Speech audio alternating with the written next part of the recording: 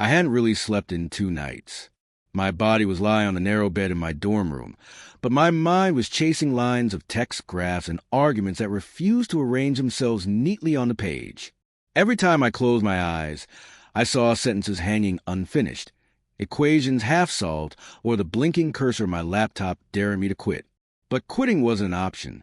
This assignment wasn't just another piece of coursework. It was the assignment, the one that would decide whether I passed the course, whether I kept my scholarship, whether I had a future at this university at all. My professor had made it clear. Fail here, and the consequences would ripple through my entire academic record. For some of the others in class, maybe it wasn't that big a deal. They had safety nets, families with money, connections that could smooth over a rough grade. But me? I had nothing but this one fragile chance I fought tooth and nail to hold on to. I thought about my parents, back home in a town, so small most people couldn't point out on a map. My father's hands, rough with calluses from long hours of labor. My mother's weary smile every time she sent me a little money she couldn't really afford. My younger siblings, wearing hand-me-down shoes so I could afford new books. Their sacrifices weren't just gestures. They were my responsibility. Every page of this assignment felt like a promise to them, and I couldn't let it break.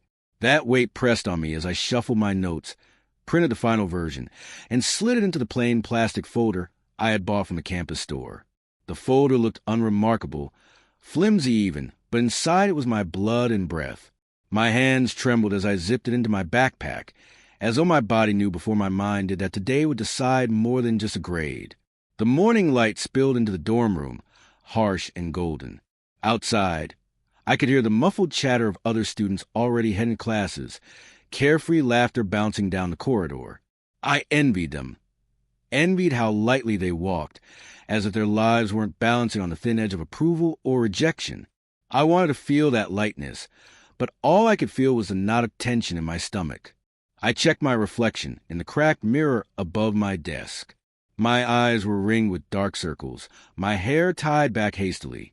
I looked tired, too tired for someone my age.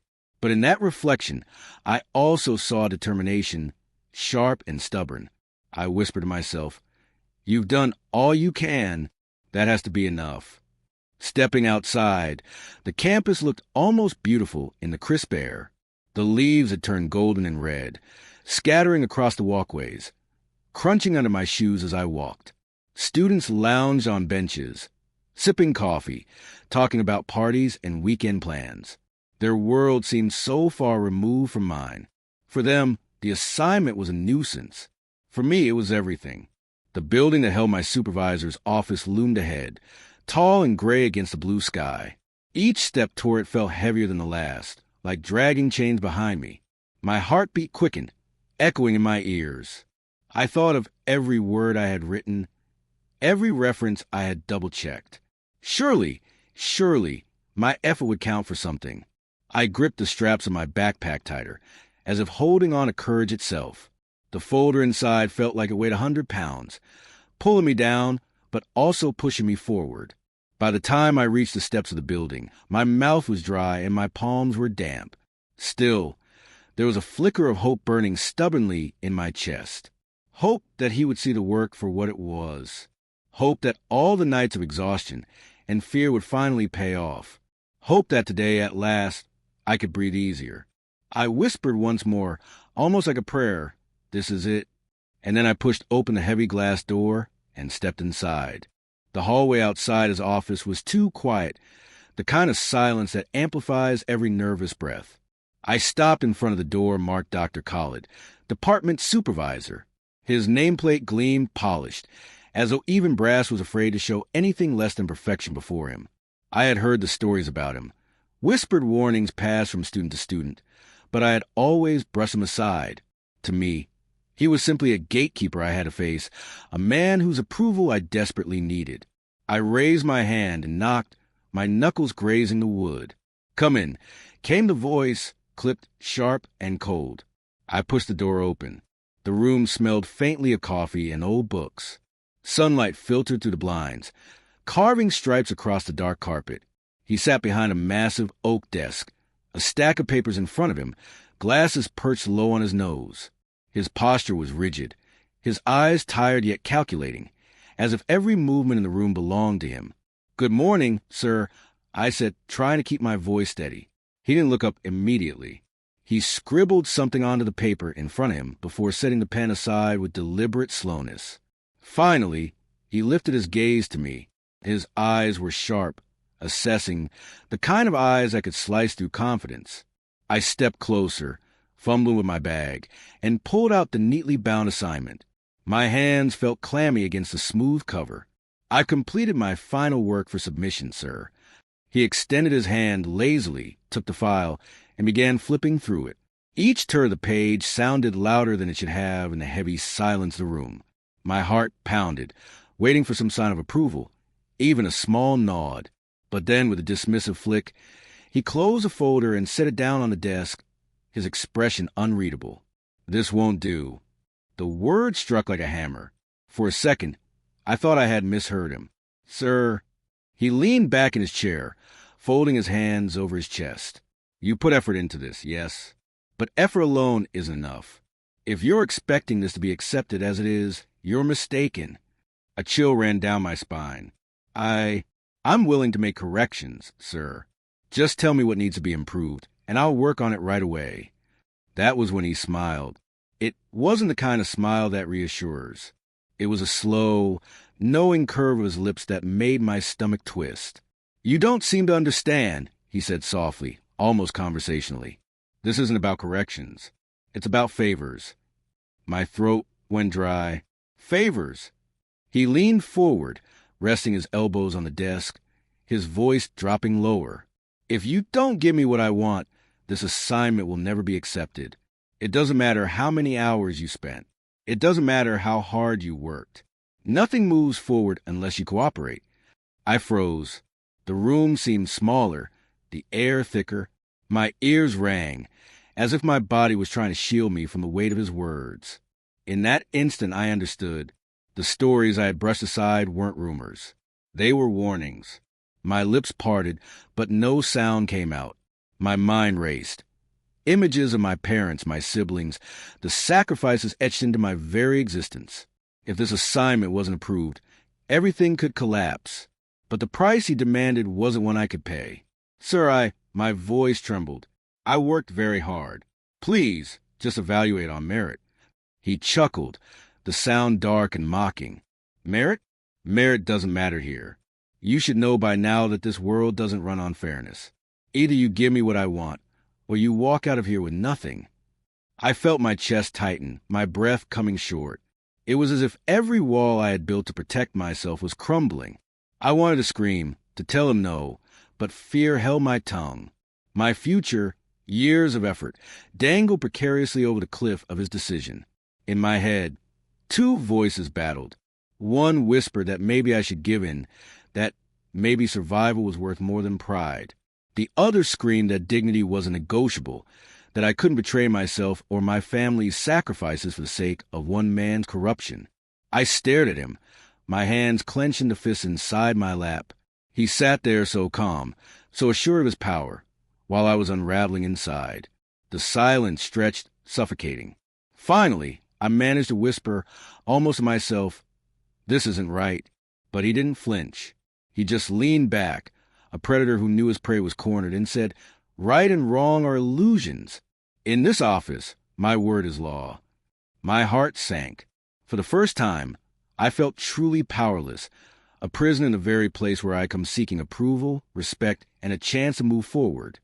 The sound of the door clicking shut behind me was sharper than thunder.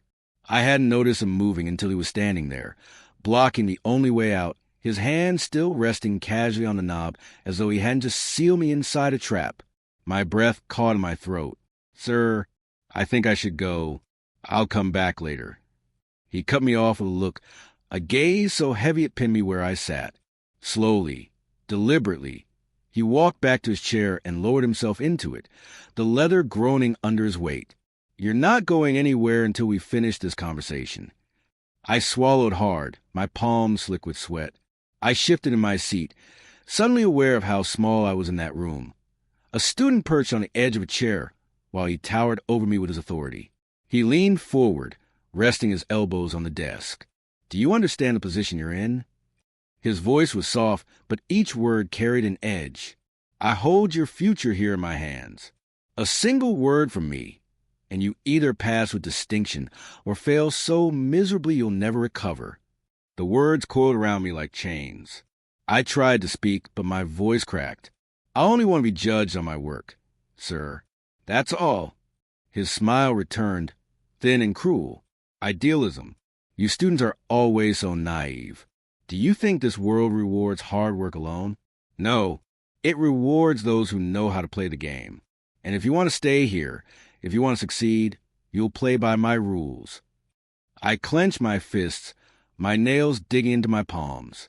My heart pounded so loudly I wondered if he could hear it.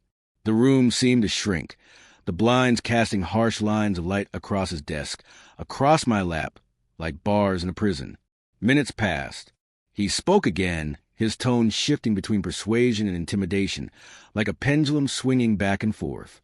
"You're talented," he said at one point, tapping the closed folder with a finger. "I can see you worked hard.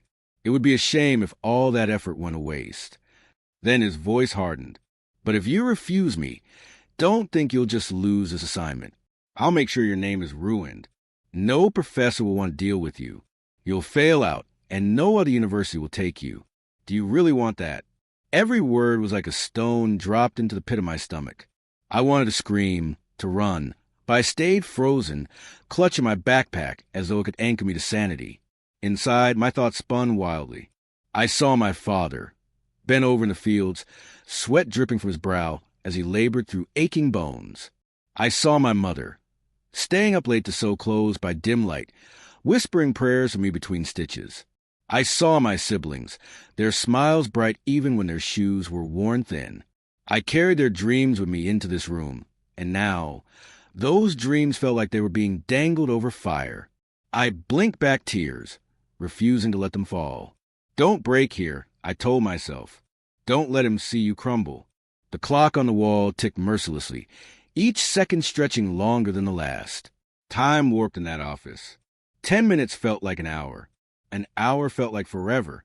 His voice droned on, threats and manipulations blending into a suffocating haze.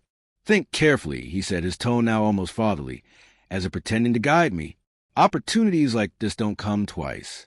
You can secure your future today, or you can throw it all away." I shook my head slowly, unable to form words. Inside, a battle raged.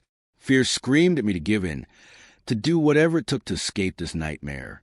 But another voice, quieter yet stronger, whispered back. That voice sounded like my father telling me, "Work hard. Keep your head high." It sounded like my mother saying, "Never trade your dignity, child." I lifted my eyes and met his gaze. For the first time since I'd entered, I didn't look away. His smile faltered, just slightly. He leaned back, studying me as though I had shifted into something unfamiliar. "You think you're brave?" he asked softly. "Bravery won't save you here." But I didn't answer. My silence was my shield. The hours dragged on. He tried new tactics, mocking me, belittling me, painting vivid pictures of failure. Then he would swing back to coaxing promises, dangling rewards if I yielded. My mind drifted in and out, clinging to scraps of memory that gave me strength. I remember the day I got my acceptance letter, how my family had gathered around, my siblings jumping with joy, my mother crying into her scarf. "You'll make something of yourself," my father had said, pride softening the lines on his face. "You'll rise higher than we ever could." That memory steadied me. I can't let this man take that away. I won't. So I resisted, not with words, but with endurance. Every time he pushed, I pushed back by refusing to bend. My body sat still in that chair, but inside I was a storm, fighting to keep my dignity intact. The light outside shifted as time crawled forward, the golden rays of morning giving way to the harsher glare of noon. Sweat dampened my shirt. My throat ached with unshed words. But still I stayed. Finally, his voice sharpened, irritation bleeding into his tone. "Do you think anyone will believe you if you try to accuse me? You're just a student. I am your supervisor. My word will crush yours." His confidence was absolute, Yet in that moment, I realized something. He was afraid too. Afraid of exposure, of losing the power he wielded so carelessly. That fear was hidden behind his arrogance. But I saw it flicker in his eyes when I didn't break. And that was when the flame inside me began to burn brighter. Small, yes, but steady. I wasn't just resisting for myself anymore.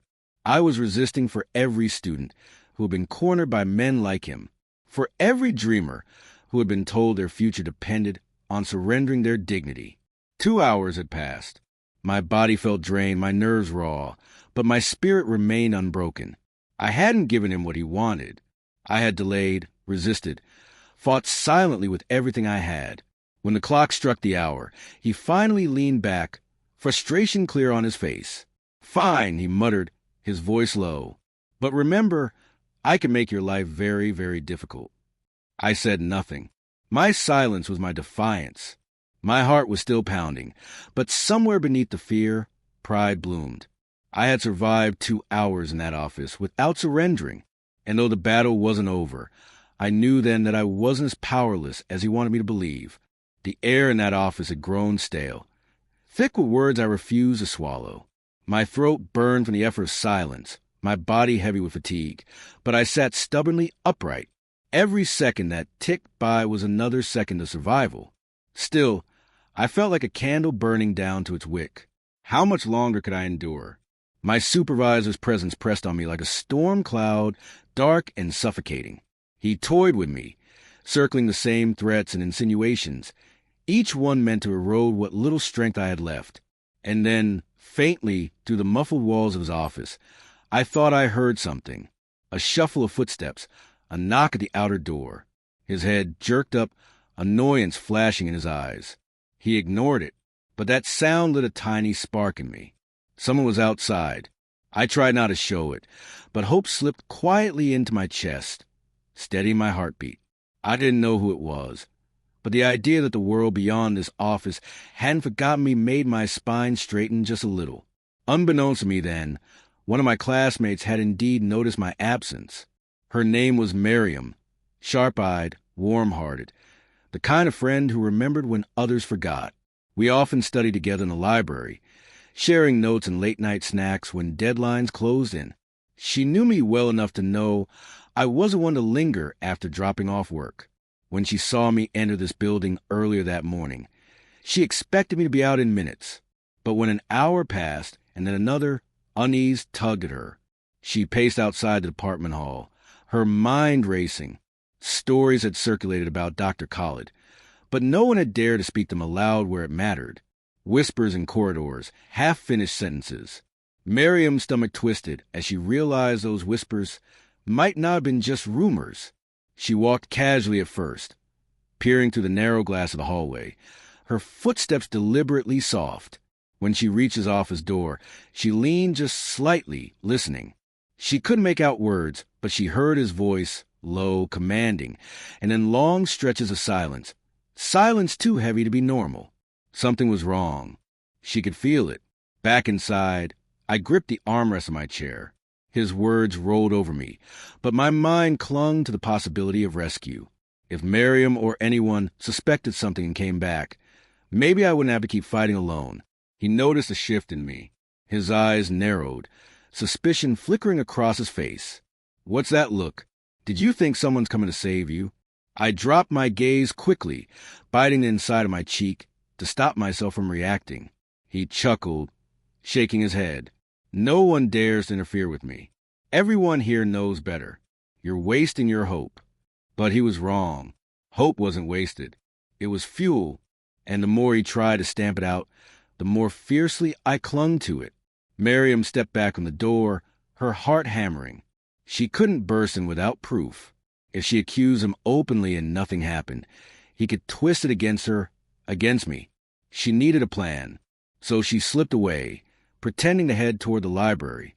Her mind worked furiously, thinking of who she could trust. A senior student, a staff member, or perhaps another professor known for integrity. She recalled one in particular, Dr. Navilla, a lecturer who had often stood up for students when rules were unfairly applied. Miriam's feet carried her there before her doubts could catch up. "Excuse me," Dr. Navila, she said, trying to keep her voice calm though her chest was tight. I think something might be wrong. One of my classmates went into Dr. Khalid's office hours ago and hasn't come out. He doesn't usually take that long, does he? Dr. Navila frowned, setting aside her papers. Who? Miriam's classmate, me. She nearly blurted my name, but caught herself. He went in with an assignment, and he's still in there. I have a bad feeling. Dr. Navila studied her, then nodded slowly. Stay here. I'll look into it. Back in the office, time dragged on mercilessly. My hands trembled in my lap, though I tried to hide it. He paced now, circling behind me, his footsteps echoing against the walls. Each time he passed close, I tensed. You can't resist forever, he murmured once, his breath far too near. But then, I thought I heard another sound, voices in the hallway, firmer this time. His steps paused, his head tilting toward the door. My heart leapt into my throat. Someone was coming. For the first time in 2 hours, I felt a surge of strength. Maybe I wasn't as alone as he wanted me to believe, but suspense twisted around me just as quickly. Would they arrive in time? Would they believe me if they saw nothing out of place? Or would he simply smile his practiced smile, play the role of the dignified professor, and dismiss me as paranoid? I sat frozen, hope and fear colliding inside me, as the voices drew closer. My fate balanced on what would happen in the next few minutes. The clock on the wall ticked, each second stretching into an eternity. My body had gone stiff from sitting too long, my hands numb from gripping the chair's edges. The stale air of the office seemed to seep into my lungs, pressing down until it hurt to breathe. For 2 endless hours, I had swallowed my fear, dodged his words, resisted his traps. But something shifted in me when I heard those faint voices outside. It was like a tiny window cracked open in a suffocating room, and fresh air rushed in. My heart pounded, not just from fear, but from the first pulse of defiance. He noticed it immediately. His eyes, sharp and suspicious, flicked toward the door, then back at me. You're waiting for someone, he said, his tone dripping with mockery. Foolish. No one dares interfere here. Not with me. I lifted my head slowly. For the first time, I didn't avert my gaze. My voice came out hoarse, fragile at first, but steady enough to cut through the silence. You're wrong. His eyebrows shot up. What did you say? Something inside me cracked open. Weeks of exhaustion, years of sacrifice, every sleepless night spent studying, every prayer whispered before exams. They all rose in me like a tide. I thought of my parents, who had given up comforts so I could sit in classrooms they never had. I thought of Miriam, who believed in me enough to worry when I didn't return. And I thought of myself, the girl who had survived countless storms to get here. I straightened in my chair, my voice gaining strength. I said, you're wrong. I won't do what you're asking. Not now. Not ever. His expression hardened. He leaned in, his shadow falling across me. Do you understand what you're risking?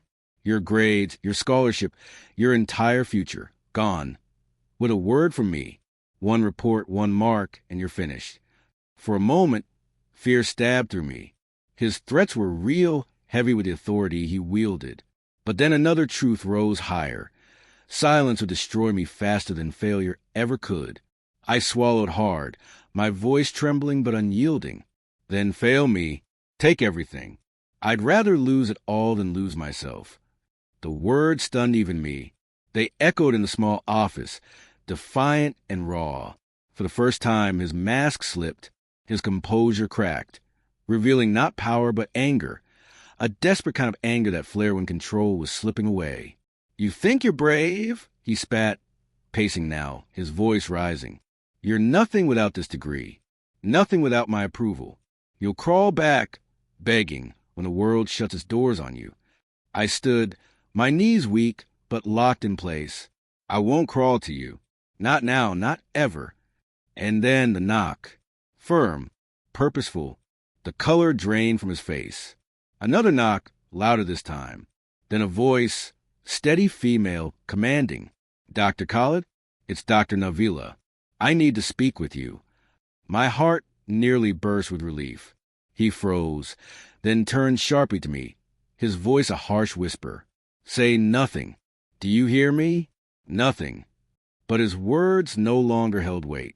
The fear that had chained me for hours was gone, replaced by something fiercer than I'd ever felt before. The door handle turned, and before he could stop it, the door swung open. Light flooded in, along with faces. Miriam, her eyes burning with worry and determination. Dr. Navila, sharp and unflinching. And behind them, a few other students lingering, whispering nervously, sensing the tension. The office, once his fortress, no longer belonged to him. "Is everything all right here?" Dr. Navila asked, her gaze moving from his stiff posture to my pale face. He forced a smile, that professional mask snapping back into place. "Of course. Just a routine discussion about her assignment. Nothing unusual." I felt every eye in the room on me. For a split second, doubt clawed at me. Should I stay silent, escape, let this moment pass? But no, that was how he had gotten away with this before. Silence was a shield. I took a breath, steadying my shaking hands, and spoke. "That's not true." The words dropped like stones in the room. His head snapped toward me, fury blazing in his eyes. But I didn't stop. For 2 hours he kept me here. I said, my voice trembling but clear, "Not about my assignment. About favors. Threats. He said if I didn't obey him, he would ruin my grades, my scholarship, everything." Gasps rippled through the doorway. Miriam's fists clenched at her sides. Dr. Navila's face hardened, her lips pressed into a thin line. "You're lying," he roared, his mask slipping entirely now. "Do you have proof? Witnesses?" She's just a desperate student, trying to save herself from failure. But even as he shouted, his voice betrayed him. Shrill, cornered, unlike the calm authority he always carried. For the first time, everyone saw him not as untouchable, but as vulnerable. Dr. Navila stepped forward, her voice like steel. "Enough. I will be reporting this to the administration immediately. And until then, you will not be left alone with any student." The room shifted. His power, once absolute, crumbled under the weight of eyes and ears that could no longer unhear the truth. He turned back to me, his face twisted in rage. "You'll regret this," he hissed. But I met his gaze without flinching. My voice, steady and stronger than I'd ever known it, cut through his threat. "No, I won't. I regret staying silent for as long as I did. Not this." Silence followed. Heavy, final. Miriam stepped to my side, her presence solid and grounding. "You're not alone anymore," she whispered, just loud enough for me to hear. And for the first time that day, I believed it. As we walked out of that suffocating office, my legs weak but unbroken, I realized something profound. Strength wasn't the absence of fear. It was standing up despite it. Strength wasn't found in silence or survival alone. It was found in saying no, in refusing to surrender dignity, in trusting that truth was worth the risk. Behind me, his world was unraveling. Ahead of me, mine was only beginning to rebuild.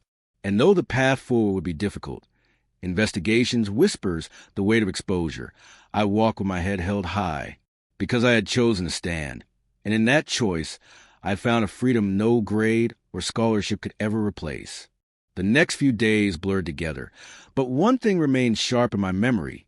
The way Dr. Khalid's office door had closed behind me, not as a prison shutting me in, but as a cage collapsing on him. Words spread quickly. Whispers slipped through the hallways, growing louder with each retelling. Students who had once tiptoed nervously into his office now looked at him with suspicion, some with anger. For the first time, the fear belonged to him. Dr. Navila wasted no time. She filed an official report, backed by Miriam's testimony and by the fact that several students had seen me leave his office shaken and pale after hours of being inside. The administration launched an inquiry almost immediately. I was called to give my statement. My palms sweaty, my heart pounding, but my voice steady as I told them everything. Each word I spoke felt like peeling away a layer of shame I hadn't even realized I carried. The committee listened carefully, their faces grave. When I finished, silence hung in the air for a moment, then one of them nodded. "You did the right thing." Those words cracked something open in me. I hadn't been sure until that moment whether I had doomed myself by speaking up. But now, sitting in that office with authority figures nodding in acknowledgement instead of dismissal, I felt something I hadn't in weeks: safety. When they called Dr. Collett in for questioning, he sputtered, denied, and tried to twist the story. But the evidence, the witnesses, the timing, it all stood against him. His massive control, so carefully crafted over the years, fell apart piece by piece. By the end, the verdict was clear. He was suspended, pending further investigation, and barred from any contact with students. The news spread like wildfire. For many, it was shocking. For others, it was vindicating. A few even whispered their own stories, quietly admitting they, too, had felt uncomfortable under his authority, but had never dared speak. My case cracked the silence wide open. As for me, my assignment was sent to another professor for review. The folder I had carried with such trembling hands was finally opened, read, and judged for what it was. My work, not my refusal to give in. Days later, when the results were posted, I saw my name and the word "pass" written neatly beside it. My knees nearly gave out from relief. I cried then, not just for the grade, though it meant the world to me, not just a scholarship that now felt safe, but for the dignity I had reclaimed, for the part of myself that had been tested, nearly broken, but had survived intact. Miriam was there when I checked the results. She squeezed my hand, her smile wide and fierce. "I told you, you're stronger than you think." I laughed through my tears, the sound shaky but real. "I couldn't have done this without you." Her eyes softened. "You shouldn't have had to, but I'll always be here." Always. Those words wrapped around me like a promise. The bond between us, once just a friendship built on shared classes and study sessions, had deepened into something unshakable. She hadn't just noticed my absence. She had acted, risked herself, and pulled me back into the light when I thought I was alone in the dark. In the quiet that followed the storm, I found myself breathing easier. Walking across campus no longer felt like dragging chains. The trees looked brighter, the air fresher. I had walked into that office carrying fear and desperation. I walked out with scars, yes, but also with strength I hadn't known I possessed. Justice had not erased the pain of those hours, but it had given them meaning. I wasn't a victim anymore. I was someone who had stood, spoken, and refused to break.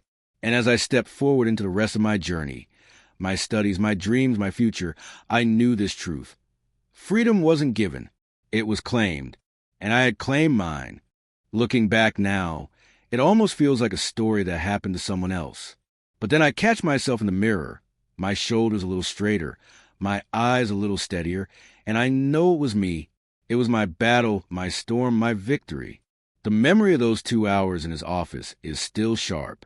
There are moments when I wake at night, heart racing, and it all comes rushing back. The threats, the suffocating silence, the weight of his shadow. But instead of drowning me, those memories remind me of what I endured and what I chose. I didn't let fear silence me. I didn't let power crush me. I found my voice when it mattered most. That, more than anything, is what changed me. Before, I measured my worth in grades, scholarships, the fragile numbers on transcripts. I thought survival depended on bending under pressure, on doing whatever it took to hold on. But the truth I learned is this. Real survival, real freedom, comes from refusing to compromise your dignity. Courage, resilience, and self-worth, they matter more than any threat, any grade, any authority. The university is different now. Students walk with their heads higher, whispering about reforms, about safer spaces, about accountability. My story is just one spark, but it lit something bigger. And though I can't erase what happened, I can live knowing it won't happen so easily to the ones who come after me. That, in its own way, feels like justice too. Miriam remains my anchor. Sometimes we sit under the big oak tree on campus, talking about everything and nothing. She still teases me for biting my nails before exams, still nudges me to take breaks when I bury myself in books. But beneath the laughter, there's an unspoken truth. We share something unbreakable, forged in a moment of crisis, polished by trust. I don't walk alone anymore. When I think of my family, of my parents' sacrifices, and my siblings' hopes, I no longer feel the crushing pressure that once pinned me down. Instead, I feel pride. I can tell them with honesty that I didn't just chase success. I chased integrity. And I found it. The campus paths are the same, the classrooms unchanged, the routine familiar. But I am not the same. I walk lighter now, not because the burden has vanished, but because I've learned how to carry it without losing myself. And so, when I reflect on it all, the beginning and the end, I find the words that feel truest of all. I walked into his office with fear, but I walked out with freedom and dignity.